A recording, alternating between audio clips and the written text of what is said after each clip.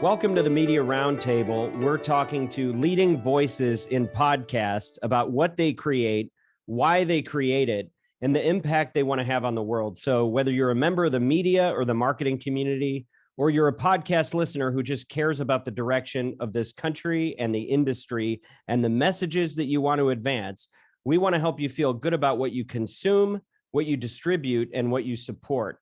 I'm your host, Dan Granger, and today we're joined by my friend, Bryan Barletta.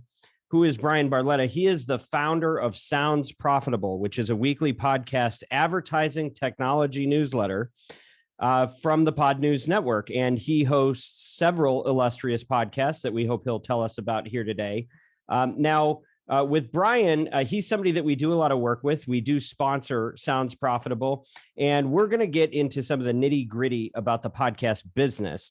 We will get to talk about some more mainstream issues, like, of course, the Joe Rogan and Spotify issues, which have really consumed all media. But we're going to dig into some of the more granular topics like programmatic and pixel tracking, and we're going to nerd out on stuff like that, or at least I'm going to do the best I can to keep up. Because Bryan's a pretty smart guy. So, look, I always learn a lot talking to him. I think you will too. And with that, I just want to say welcome to the show, Bryan. Hey, thanks for having me. Excited to be here. Yeah, glad to have you. So for the uninitiated, can you just explain to the audience who is Bryan Barletta, and also point out everything I may have misstated, any misinformation in your bio that I may have put out there? No, you got it all great. So Bryan Barletta is me. I'm the founder of Sounds Profitable, which I've been doing for about 18 months now. So it's a newsletter, a podcast, a YouTube channel focused on helping the people that are in the business side of podcasting or want to be in the business side of podcasting better understand all of the technology that they can use to make their business better. Now, we say ad tech, but because of things being so tightly interconnected in podcasting, we literally mean everything from your download numbers all the way to actually serving ads. And we accomplish this in a weekly newsletter, 2 weekly podcasts, Sounds Profitable, Ad Tech Applied, which is on Sunday, and The Download, which is our 10-minute Friday podcast explaining what happened in the world of podcast business and why it matters to you. We do narrated articles, and the newsletter is on every Tuesday. And so that is a great way to catch up with all the things that we do and make sure that you're as ready as possible for podcast advertising technology. So as a marketer, I really appreciate that you really chose a slice of the marketplace that you could be the foremost voice in. But I wonder, as you've moved into it and you kind of said, okay, it's not just about podcasts, it's about the business of podcasts, and not just the business of podcasts, but the ad tech side. Like with all those filters, have you found yourself widening it out a little bit with the type of content that you're working on since you started? Yeah, I think we started very ad tech focused. And what I realized is that applying the ad tech is more important, and not really focusing on like how an ad is directly served or the specific tracking pixel, but like on the metrics around it. So it's still based around the technology. It's still based around the business.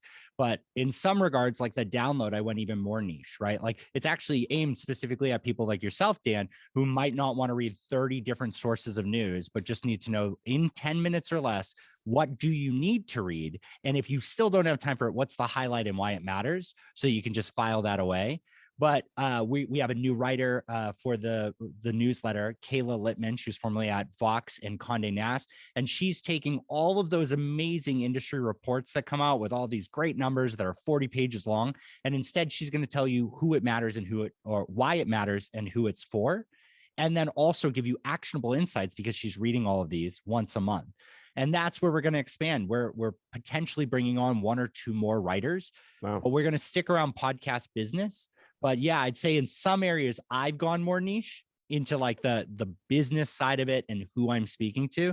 But I think that we pulled it back, and it's not just all about ad tech, but it's definitely podcast business. Yeah. So you've widened the addressable market for this substantially, it sounds like, and I appreciate that you dumb it down a little bit for folks like me.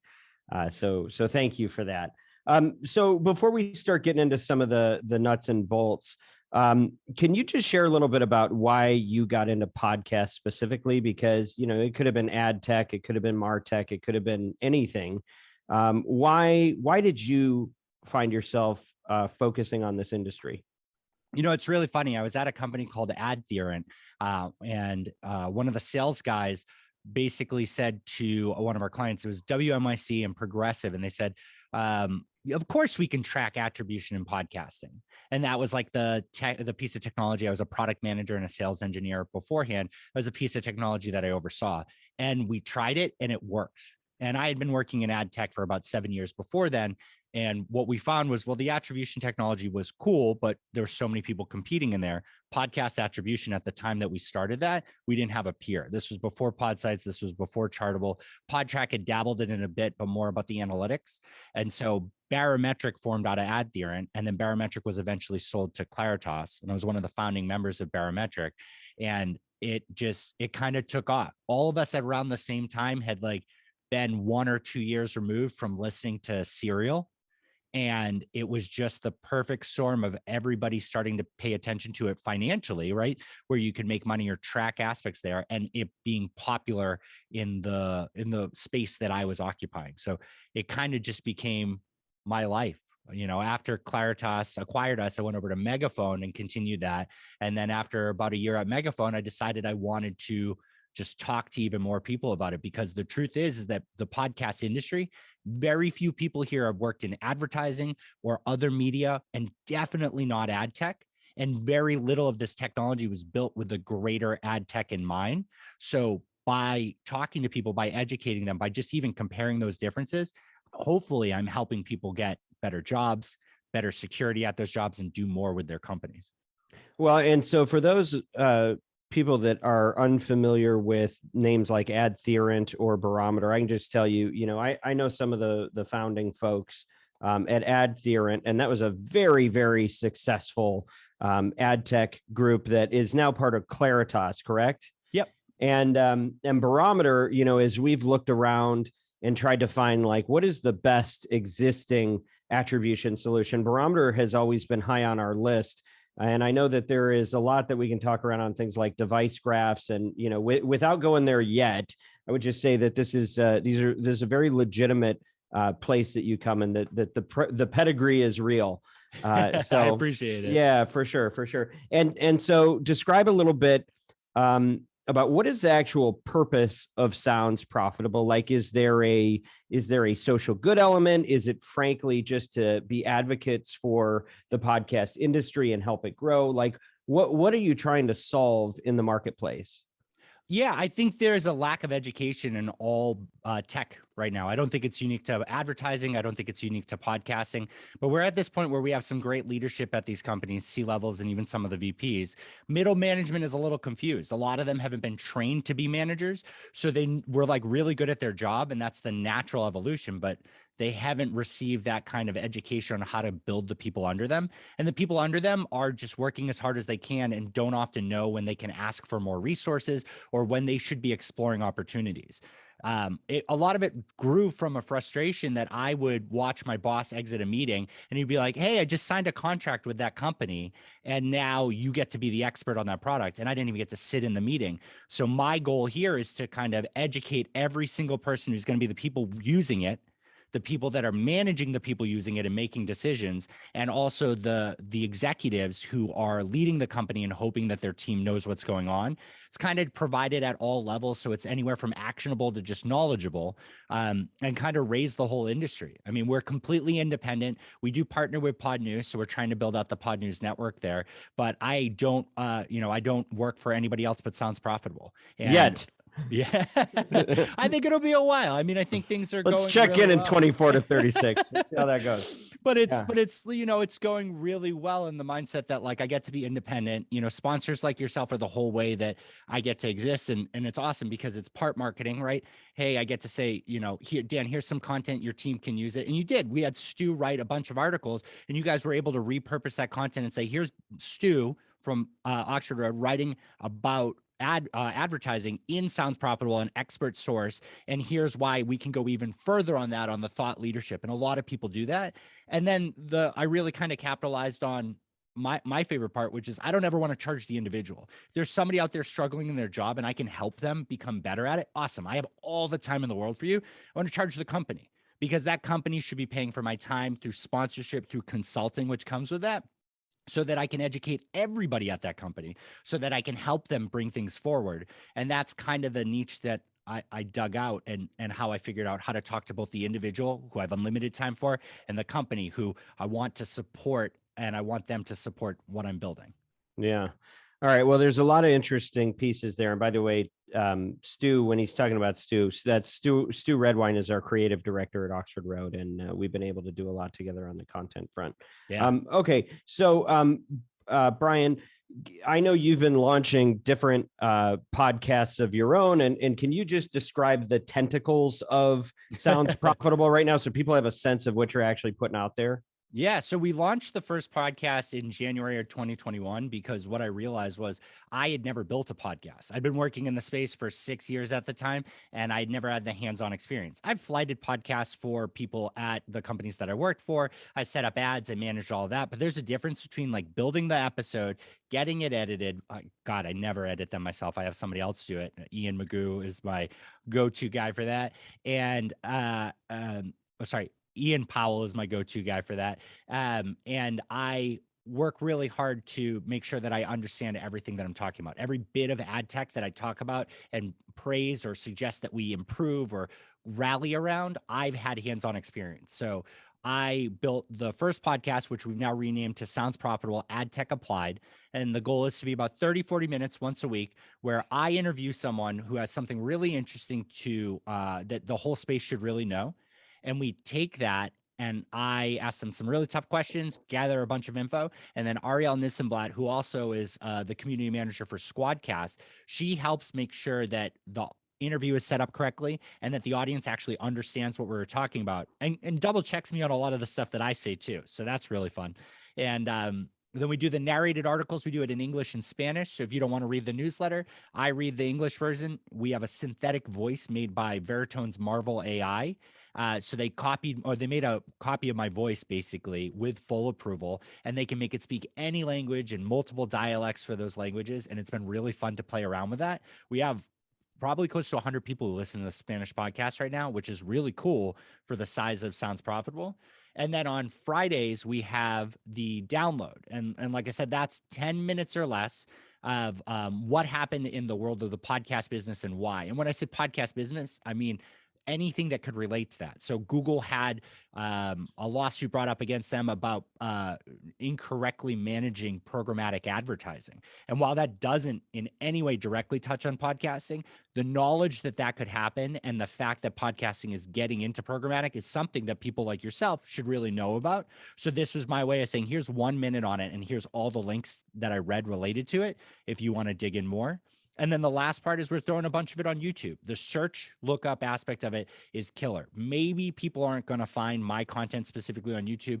Maybe I'm not going to promote it in a way that's going to drive it as a meaningful source. But if it makes it that much easier when they search a topic on Google, on YouTube to find my content, it's fantastic. And that's where my product deep dives live, which is a monthly like deep dive into all of these amazing pieces of software in the space, how they work and how you can use them. So if that entry-level ad ops person wants to learn more about, say, Podscribe, they can watch the video if they weren't invited to that meeting and then bring that video over to their boss and say, hey, we could really use this. I like that. Okay. So we've pretty well, I think, established Sounds Profitable. I want to get into some actual industry stuff that's going on and get your point of view. Let's start real broad, and could you just give us, in your view, what is the state of the podcast industry in February of 2022? Overall, we're really consumed with all the Joe Rogan and Spotify stuff right now. Yeah. I think it's a big conversation about the differences between publishing and being a platform, the differencing between like censorship and monetizing content. I think that that's a really heavy topic that's consuming a lot of things right now. And mostly, I think on top of that, paying artists, whether they're podcast creators or musicians, that's probably where we're going to spend a lot of this month. Because it feels like every 48 hours, someone at Spotify leaks something to someone like The Verge, or someone at Spotify says something that honestly, it feels like nobody like really had a chance to have the PR team read it. Yeah. Well, so yeah, we are definitely Spotify heavy the last few weeks, and you and I are going to talk about this, but I'm going to save it for later because Yeah. once we go in, I don't know if we'll get I out don't of it. think we can So, get out. But on yeah, like the ad tech and business side, what I can say is that I think we repeated a lot of what happened last year, but with a little less blood on the floor. I think that 2021, January 2021 and February 2021 were really scary, right? Because it was the first start of a year in a pandemic territory. I think we saw a lot of ad deals canceled. I think there was a lot of people who sold at the end of 2020 really aggressive, saying like, hey, we'll sell you a good rate, but you have to buy 6 or 9 months. So they'd get the end of Q4 and the beginnings of Q1 and Q2. And what happened was a lot of deals canceled. And we saw, a very low January. It started to pick up in February, and then March it started to blast off. I don't think it was nearly as bad this year, but I think that January was still rough for a lot of people. And I think that February and March are going to be just fine. And the industry is continuing to rocket forward. I think, hold on. The yeah. metrics that you're referring to, are we talking industry revenue? Are we talking listenership? Are we talking M&A? I would say industry revenue. I would say that Okay. publishers had deals canceled that were, a lot of it. Advertising Yeah, deals. Got advertising it. deals.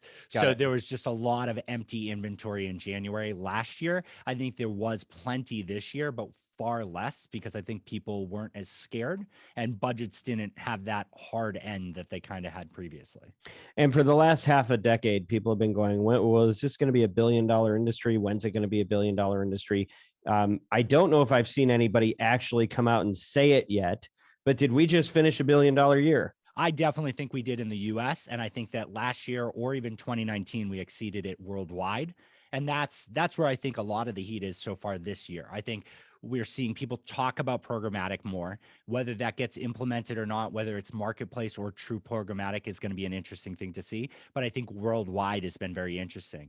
I mean, I think every single company out there is evaluating for publisher side, what is the value of my non-US inventory? And for agency side is what of my clients can buy that inventory, because obviously it's fresh, we can negotiate a little bit harder, and we can see, we can test it out and really expand on it. So we've seen, Latin America really explode. We've seen the Hispanic audiences really explode. Spain, Canada, Australia, and the EU, and specifically Germany has come up a lot recently in my conversations. Okay, so more on the total revenue numbers. What do you suspect we closed 2021 at domestic, and what do you think we closed it at internationally? Well, what 2020 was quoted at like 0.9 billion, so 900 million domestic, and then like 0.5, 0.4 or 5 worldwide billion. I don't think we did anything like crazy, but I would suspect somewhere around 1.2 or higher for domestic. I think that that's pretty reasonable. And I mean, 33% growth in an industry that continues to get pushed against because we don't have the invasive types of tracking and analytics that the other industries are getting ripped apart for right now is pretty impressive. So this is an important issue to me because at the beginning of last year, I predicted that we would be at $1 billion by Black Friday. And I'm really just trying to find out if I was right. I that's kind of honestly where think this you is going. probably were. Yeah, I don't good. think I think everybody exceeded goal most of the year last year. And I think that Q4 didn't like blow it out of the water enough to like knock us over. I think Q4 was great for a lot of people, but I don't think it was the mad rush that that 2020's Q4 was. And in broad strokes, it sounds like the formula might be that for every dollar domestic, we may see another 50 cents international. Is that what you're thinking? I think that's where we're getting. I think that that's pretty fair on that end. Okay. And I think that the international teams are working really hard on that because their CPM sometimes are lower. And even more so, a lot of the shows aren't set up in places where they can easily monetize. So then this year, there's probably a good chance it will be between 1.5 and 2 billion domestic, and we're expecting to see the international grow as well. If you were to look at the ratios domestic to international on revenue, how would that compare to the ratios on audience and consumption? Yeah, I think that, if we think that it's about 50 cents on the dollar for international. I think that the average show that is produced in the US or that has a majority US audience seems to have 60 to 75% of the audience in the US. So I think that that's pretty impressive that if 50% of the revenue can come from, you know, 25 to 40% of the audience. You're just talking about what's manufactured here, but if you're counting shows that are created in other languages in other countries, then that's got to be an incremental slice above that. Yeah, but there's not like we're not seeing the big names come out in those spaces, because when a big name comes out, part of the appeal ends up being that there's an English version of it too, even if it was produced in another territory. Okay. And that gets some of the revenue there. We haven't figured out what the wide approach is for it yet. I mean, I think that Spotify, Acast, and a few other partners like Julep and I'm blanking out on, there was a really good one in Podimo, are all working in these local territories to do that, to get the equivalent of what Anchor's trying to offer here, to offer the mid-tail and then kind of groom and grow the high-end creators. But I think that we haven't quite found the high-end creators in a lot of those countries yet in a way that they're getting into the mainstream, unfortunately, US focused news. I feel like 2018 is when we started seeing some real serious shots across the bow with M&A. And then it was kind of a, space race the next few years. And it seems like we're going into a new season, but where are we at in the story of M&A and podcast? I think that we're moving towards buying inventory, right? I think that that's where a lot of the sales are going to come from this year. I think we saw like big single show deals, but I think we're going to see that more on companies that have a lot of inventory, right? So, Buzzsprout is a great example here, right? They're independent. They are probably like one of the more solid mid-tier publishers out there. They have 100,000 podcasts on their platform or accounts on their platform, right? Active accounts. That's wild. What could somebody do if they monetize that because they don't have ad sales internally? So that to me sounds like a really healthy acquisition right there. When I think about the smaller ones, the technology isn't going to be why we acquire, right? Google is the only partner left who hasn't bought a hosting platform. Well, I guess Apple too, but Apple hasn't figured out what they're going to do ad revenue wise. I think that'll be more like search ads in the Apple Podcast app. We'll see that this year or next year, I really believe. But I think that hosting platforms, the technology is easy, right? I don't think that adds anything. I think it's going to be buying inventory and being able to monetize that. That's going to be where the big sales come from. And I think creating tools or buying tools out there or buying connections that enable people to not necessarily buy that inventory, but really be the only way you can monetize it. So you decide to put it exclusive or put all your eggs in that basket. So do you feel like the time that we'd see multiple $200-300 million network acquisitions, is that winding down? And are we moving more to show-based deals and picks and shovels businesses?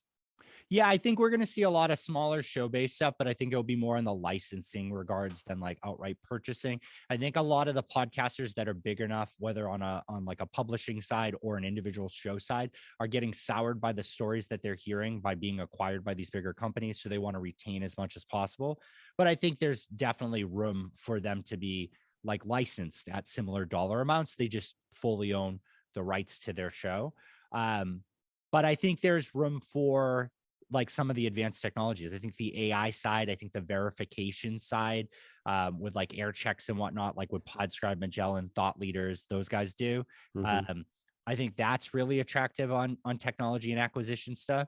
But yeah, I don't know. I think it's going to be a very, very interesting year, and we're gonna see what that looks like on the acquisition side. I think it will either be, I think it's going to be a little bit lower because I think we're going to see more companies combine, more companies in this space kind of identify that like, hey, this was really great for paying everybody's paycheck. But the truth is we raised money to do this and investors want us to either get out or, or call it a day. Like they're not going to put any more money into it. So I think we'll see people combine. It'll be less about the big sale and more about what they can do with combined power.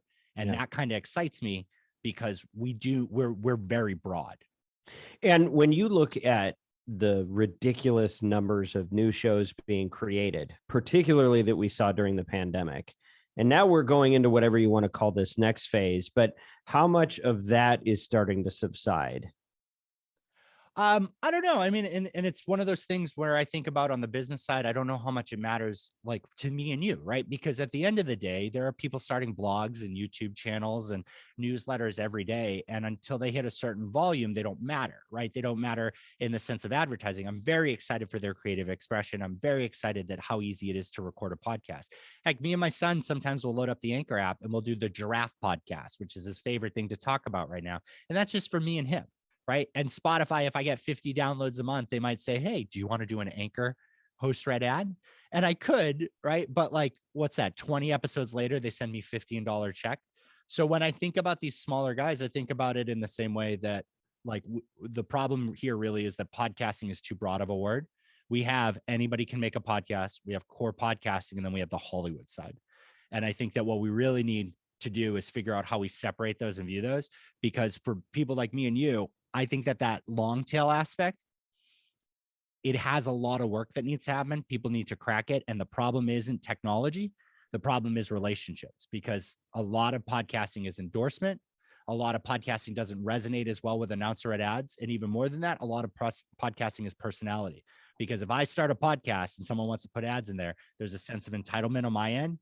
And who's going to manage that when it's $15 CPM paid out after they hit 20 episodes, right? Mm-hmm. How much time can I dedicate to responding to someone who I'm going to send a $15 check to? Right. No, there's a lot there. It's a rich topic. And I think, it's pros and cons. Like, it's interesting. You talk about blogs and stuff like that. I feel like in the same way that, we kind of know that if you have a business, you need to have a newsletter and you probably have a blog, but you're not really looking at that as like an advertising channel or going, well, my blog's going to be Joe Rogan, right? Which is, the benchmark everybody's used.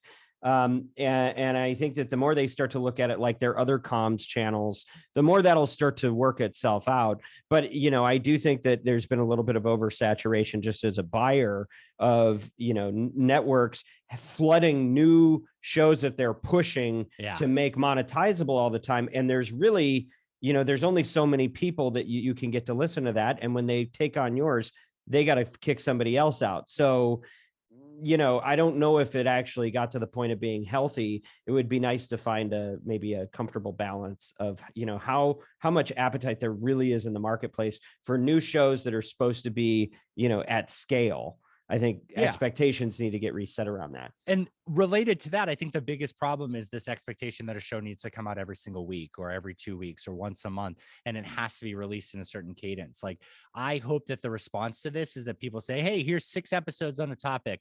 See you in 6 months when I figure out what I want to say next. Like, I have an infinite appetite for topic specific content that is valuable to me. I don't listen to a lot of weekly podcasts.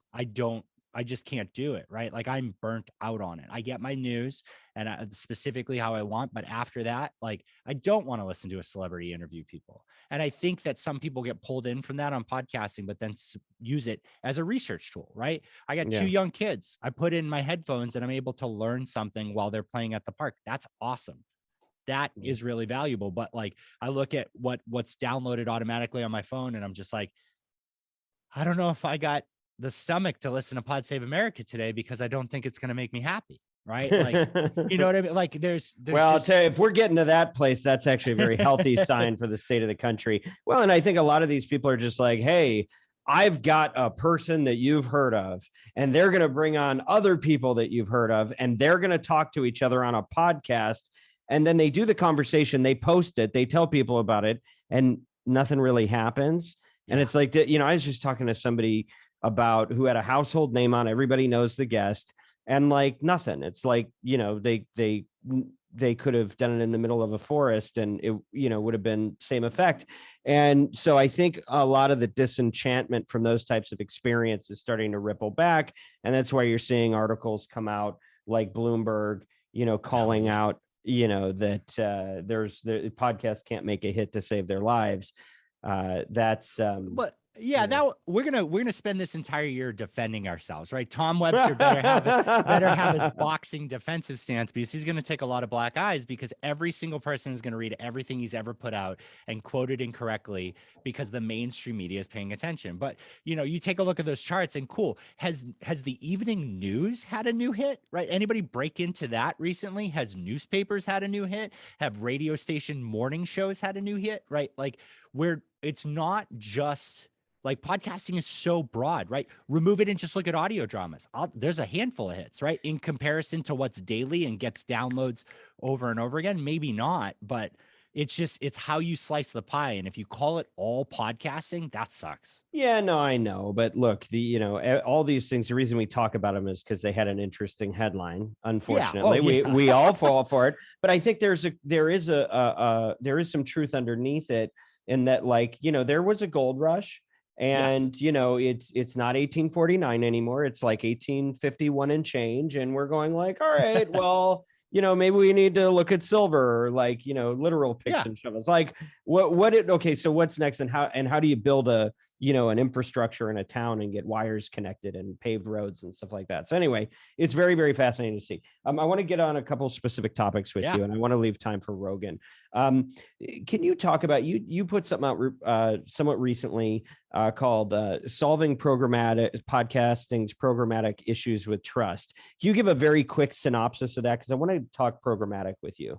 Yeah, sure. So I think that the big problem that we're having with programmatic and all of advertising is the fact that there's no ownership of, or no really authentication of a publisher saying, these are the IAB categories that I belong to, and someone giving that a thumbs up, and that being how they represent themselves everywhere. And then an advertiser, not just the advertiser, the brand, because remember, like Nestle has 2,000 brands under it, says these are our IAB categories for content, right? The content we resonate with, and giving a thumbs up on that, right? Somebody giving them a sticker, and then two systems talking together and saying, oh, just not interested in this, Exxon oil ad on my podcast about oil because of the categories. Yeah, What yeah. we're having instead is a salesperson comes back with a deal from Exxon, and they say to their planner, hey, show me the avails. And that sales planner has two options. They can look at Exxon and guess the best case IAB categories for it, which honestly will probably be heavily blocked, or they can listen to the ad and hear that it's like, at Exxon, we believe in a greener future, and say, well, it's about nature and it's about, it's this view. And then they can pull the numbers and they can absolutely deliver that campaign. And that sales planner, their sales exec doesn't want to hear from them, right? There's no easy way to say like, hey, we can't run this campaign, because the pushback is, well, you pick those categories. You're the reason it doesn't match up. This is all arbitrary. Make it work. And so they pick what's best for the company, what's best for their business relationship. And sometimes we have mismatches.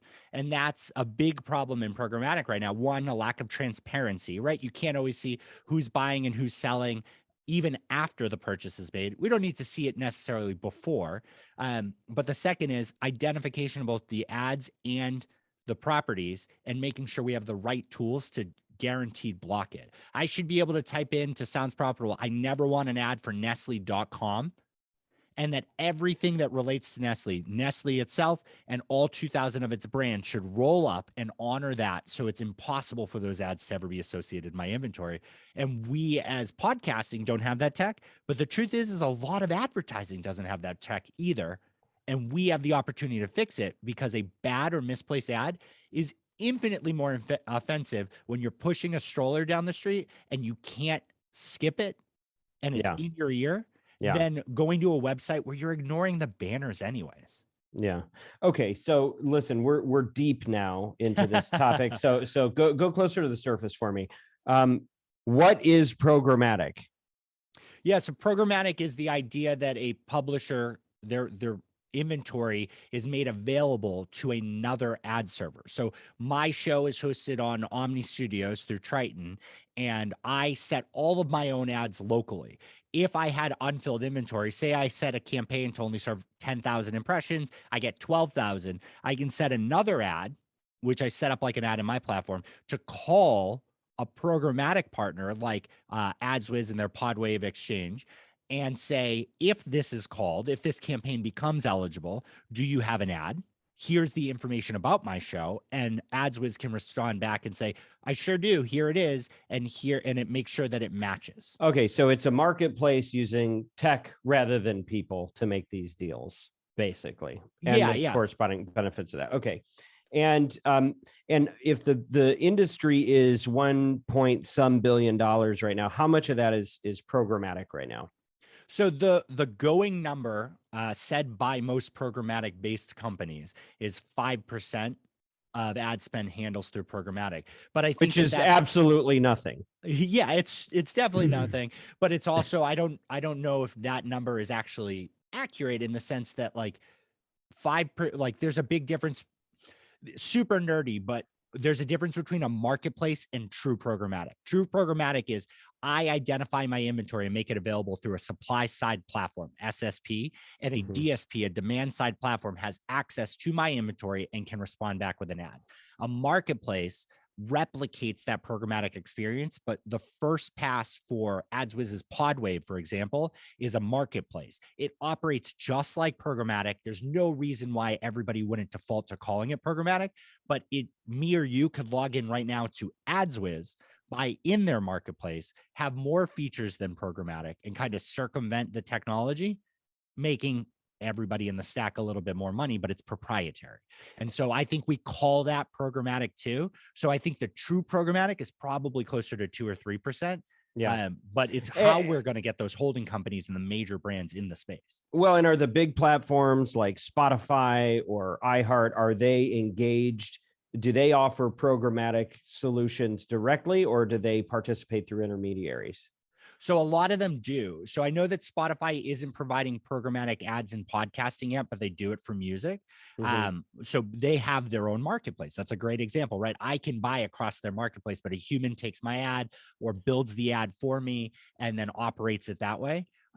Whereas iHeart, it does provide programmatic access to their inventory, but it's not seamless, right? I don't just call up and say, hey, I want access to all your sports shows. It's still very hands-on. The end result is just, I'm not sending over an IO. I'm not sending over assets. We're not approving things manually. So it probably only is being used in direct and guaranteed deals instead of like an open nature. And why are we so low as a percentage of the total business right now? Like, what's the problem with what are the key problems holding back programmatic, do you think? I think the technology is there locally. That's why marketplaces have taken off. But things like Trade Desk and Magnite are not set up to handle podcasting because it's not real-time response for if the ad was filled or not. We're talking anywhere from 15 minutes to an hour, making it hard to buy combined streaming audio and other formats with podcasting. They just don't match up. So that's part of it. The major platforms are not going to, for how little we do programmatic and how little we are in general, compared to CTV, compared to other things they're working on, they're just not going to do that for us. So that's part of it right there. And I think the second part really is the fact that you don't really get that much difference in the end executable of the account. In fact, you probably lose a little bit more because you still have to talk to the people. You still have to set it up. You still have to negotiate a lot of this. It just means that a lot of it's handled through these platform handshakes. So if you're going to do that anyways, and it's not as simple as the 23-year-old just flighting an ad that you guys made internally and calling it a day, why not talk directly to them about a direct buy, maybe a host read? It's not as hands-free as it needs to be to become a solution that people flock towards. Yeah. Well, and, I'll give you one buying firm's perspective, or at least my own perspective. I think a lot of people would agree with this. Podcast was kind of built, the industry was kind of built by D2C brands that were this strange blend of brand conscious advertisers, but who are very focused on performance, not quite DR, not local, not big brands. And now we're trying to bring in big brands. Well, big brands are scared of letting go of that control because it's very easy to get associated with something that isn't brand safe, which we're going to talk about in a second.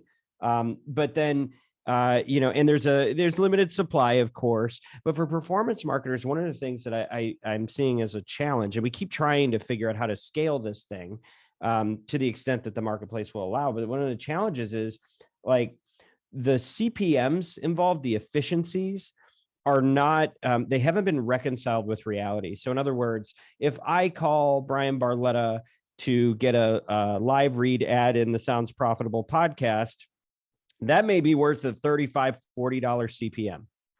Now I go on my programmatic exchange. I use some of the fancy targeting techniques, and I end up with a 27 or a $32 CPM, but I'm trafficking, I'm buying an audience. I'm not buying a host's recommendation. Yeah. And the disparity of value there has not been reconciled in the pricing.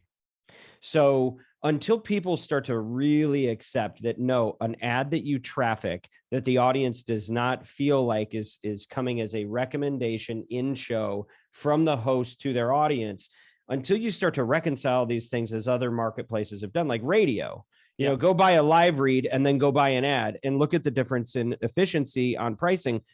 They're worlds apart right now. They've batched them together and haven't recognized that. So it makes it like, why would you buy that? Why would you buy something that is going to, if you're tracking the results, it's not going to hold up. I think the problem there is that some of the biggest companies in the space are the ones pushing announcer ed. I do think that as a listener, and I don't have any studies directly to back this up because I think you can find studies to push kind of both narratives. But as a listener, I like endorsement. I mean, I have a Peloton, I have a Simply Safe, I have every garbage thing that I had MeUndies for a little while because of Tim Ferriss when I was in my 20s, right? It all works, that endorsement. I like that. That's what a lot of people like.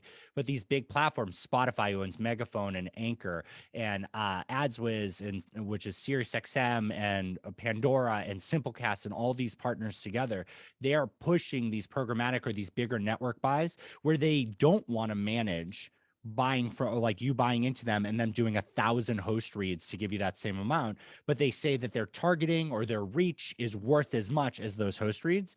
That's where that price disparity comes from. I don't disagree with you that if it's not like the host read should absolutely be priced more.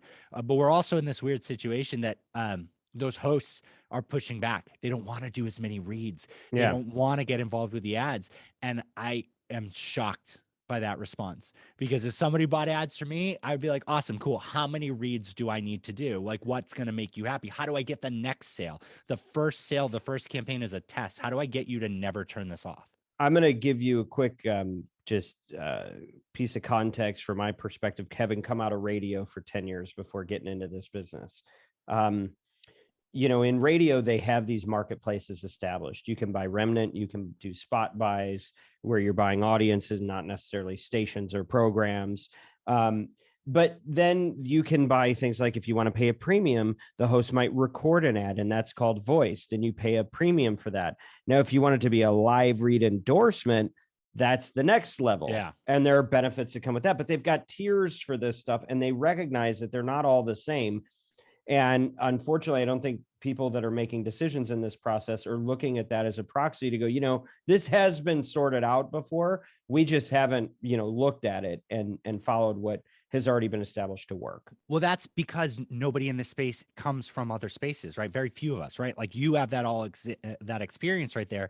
But I would say 95% of the people in the space haven't worked in other media, haven't worked in other advertising channels, and definitely haven't touched ad tech before. And so we're just thrust into this, right? There are people, some of these people were part of these companies when they made content and now moved over account management and sales because they kind of get it, right? That's where we need some outside fresh eyes. We need people to come from these other industries and be able to train them quickly on what makes podcasting unique, because that's easy. And they need to train us on how the rest of the world works. Like you just said, there were those radio examples, but you hit on something that I think is really smart. Marty Michael of Gumball has always said this to me, and it really stuck with me. We don't have a banner ad format.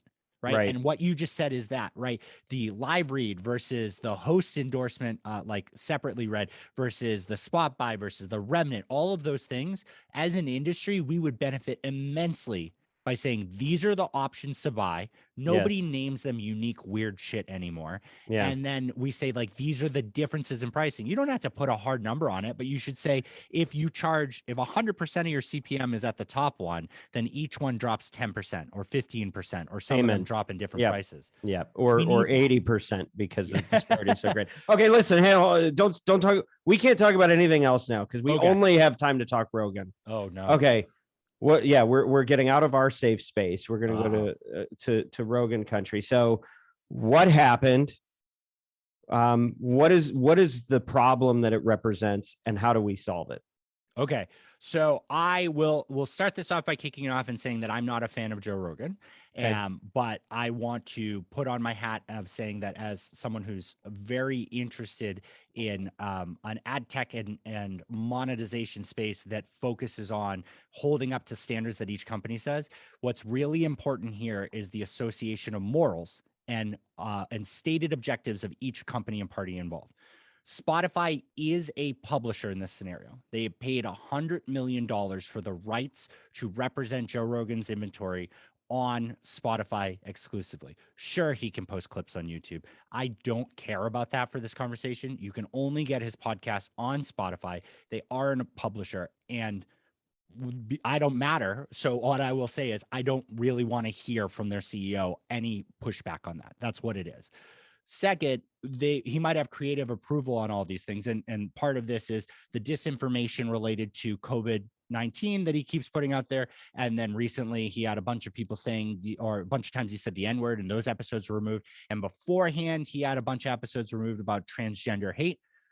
At the end of the day, Spotify's agreement with Joe Rogan isn't public. So I don't know what the creative approval he has is, but I can tell you that they don't have to publish anything he does. They could just pay him to talk into a corner for the rest of his contract, or they can release him. So they are responsible for that. And the reason why I harp on that is that the problem here isn't that we need to censor people like Joe Rogan. I never want to hear from him again. But that's not my place. That's not, how the government and how laws work. What is important here is that those are being monetized. Disinformation and hate speech need to be cut off from passive monetization. And if you look at what Spotify lists that they stand for. Stop, pause. Okay. Need to be cut off from monetization. Yeah. By whom? I think that the companies that represent them, unless they're publicly saying, hey, we support this content and we don't believe there's anything wrong with it. I do not think that there's anything wrong with someone creating, on a business level, there's nothing wrong with Joe Rogan saying these things that he believes is true or putting out this disinformation out there, and then him being responsible for selling ads and the advertiser saying, I agree with that and I support it. That is all of their rights. That just says to me, that's not where I need to be as a consumer. And that's what I need to move away from. But in this situation, Spotify has a lot of ethics guidelines and standards out there that don't align with the stuff that Joe Rogan has done. Their content guidelines that they just put out look like they were built specifically for him to weasel around. And I bet you that if we asked every single advertiser on the Joe Rogan show if they still wanted to be a part of it, if these episodes with these problematic pieces of content matched their goals, stated goals as advertisers, a lot of them would pull out. And that's what I believe in this space, that we need to make sure that every advertiser knows where their ads are going. And every publisher needs to understand the consequences of talking about things that shouldn't be monetized. Hate speech, disinformation, dangerous content. If it was really about getting the word out there, then he would do it for free. And who should be the arbiters of what is hate speech and what is disinformation? Because there's a lot of different perspectives on that. Every company should be able to state it for themselves. I truly believe if Casper Mattress got up there and said, we love every word out of Joe Rogan's mouth and we'll buy all of the ads for every single episode he has ever done, and we support it, that is their right. Absolutely. So you don't want that right taken away. You want there to be awareness and standards and practices that companies adhere to.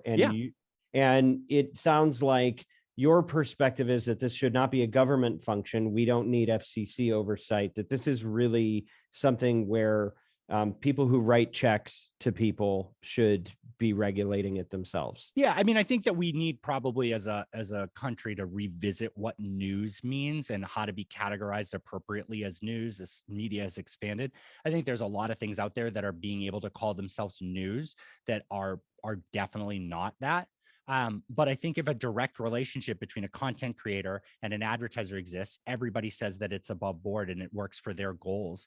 I'm not here to get in the middle of it. That just tells me where I don't want to spend my money and where I don't want to spend my time. Wiggling around it is not great. And that's the issue here.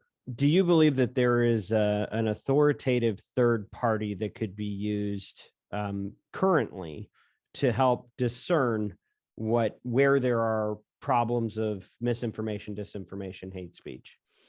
I think that the best we have right now is a company called Check My Ads, who at best is able to be reactionary to the things that they're finding out and just point out, say, hey, this technology was used. This is the content and this is the advertiser. Does everybody really want to be here? Because the technology partner says this type of information will never be monetized or on their network. And the advertiser says, I never want to be associated with that. And that's reactionary. I think that there are standards and guidelines, and me and you have talked about it a little bit before, and I hope this is a law ball for that, that we as an industry, and probably all media industries, need to say, hey, this is what we grade against. This is what we categorize against. And sadly, even though I hate the idea of it, we probably need someone that we pay to say, absolutely, you selected those categories, you selected that identification, and here's your sticker to say we as an impartial third party agree with your self-selection.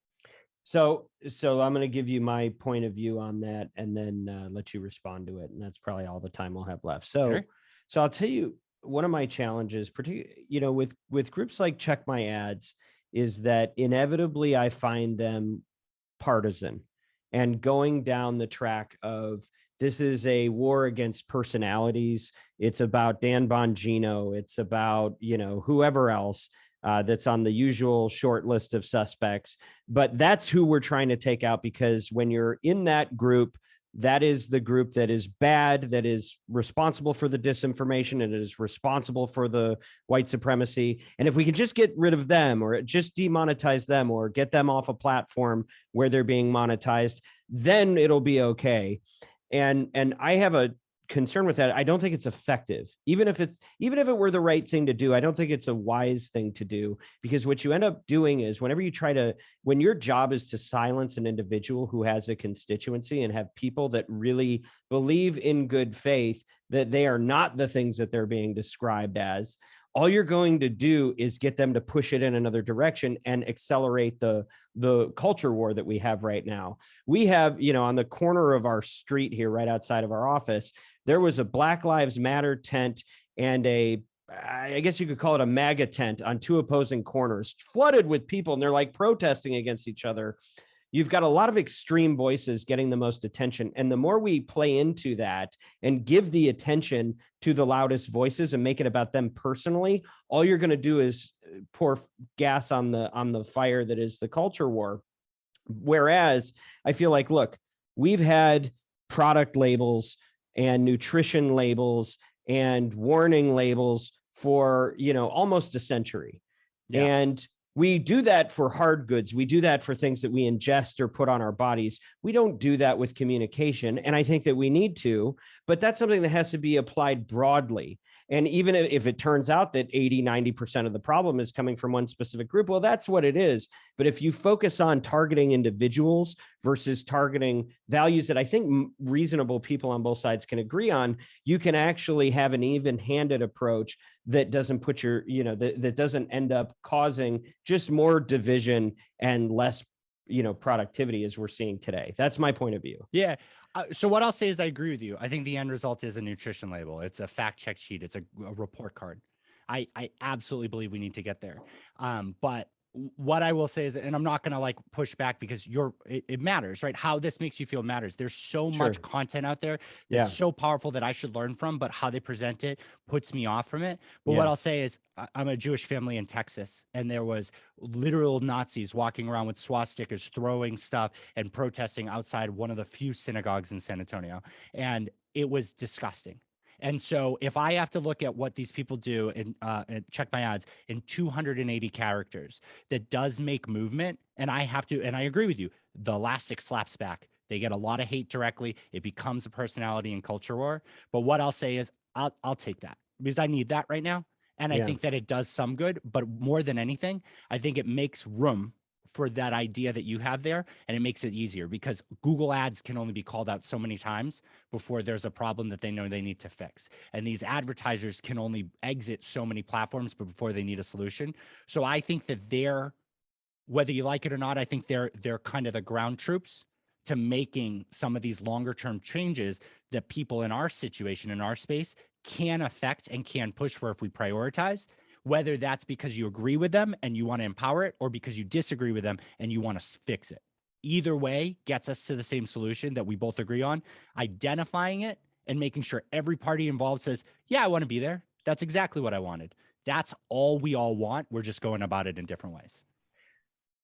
I agree with that. I think we are. I think the difference I will highlight that I'm hearing is that basically, I think we want the same end result, but the way of getting there, I just feel like the less we can make it about individuals and, being the judge and jury of people and putting them in boxes, it's a heavy statement to say something like white supremacist, racist, the people you're describing marching in the street. And then you've got somebody like Joe Rogan. Does he fit in that box? Who's to say and who's to make those types of decisions? Are you going to win somebody who's trying to be, rational about this over if they feel like they're being put in that box? I don't know if it's going to be as effective for the long game, but I think we're trying to get to the same place. Yeah. And at this point, we're out of time. What do you know? And we covered about 15% of what I had hoped we would cover, but it means we need to continue the conversation. Heck yeah. Bryan, thank you so much for spending this time and illuminating us. Can you throw in some plugs for how people can engage with you in your ventures? Yeah, absolutely. You can reach out at soundsprofitable.com or Bryan@soundsprofitable.com is my email. I spell it with a Y, but I set it up to redirect either way. And I'd love to talk to anybody. I mean, like we were talking about with reach and whatnot, anybody who listens to this podcast, I would love to interact with you. I'd love to learn more about what you're working on in this space. And anybody who follows me on Sounds Profitable and is listening to this, please reach out to Dan and Oxford Road because I'm a big fan of them.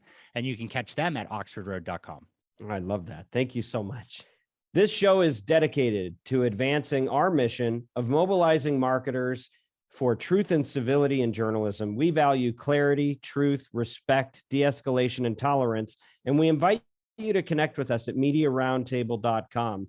And if you found this show helpful and you're committed to our cause, please follow us on iTunes, Spotify, YouTube, or wherever you like to listen. It's always free. And if you're a marketer looking for support to live this stuff out, you can get in touch with our agency, Oxford Road, by visiting oxfordroad.com and subscribe to our weekly newsletter, The Influencer. Special thanks to Bryan Barletta, Bianca, Kyle, Jennifer, and the team at Podcast One. And as always, influence responsibly.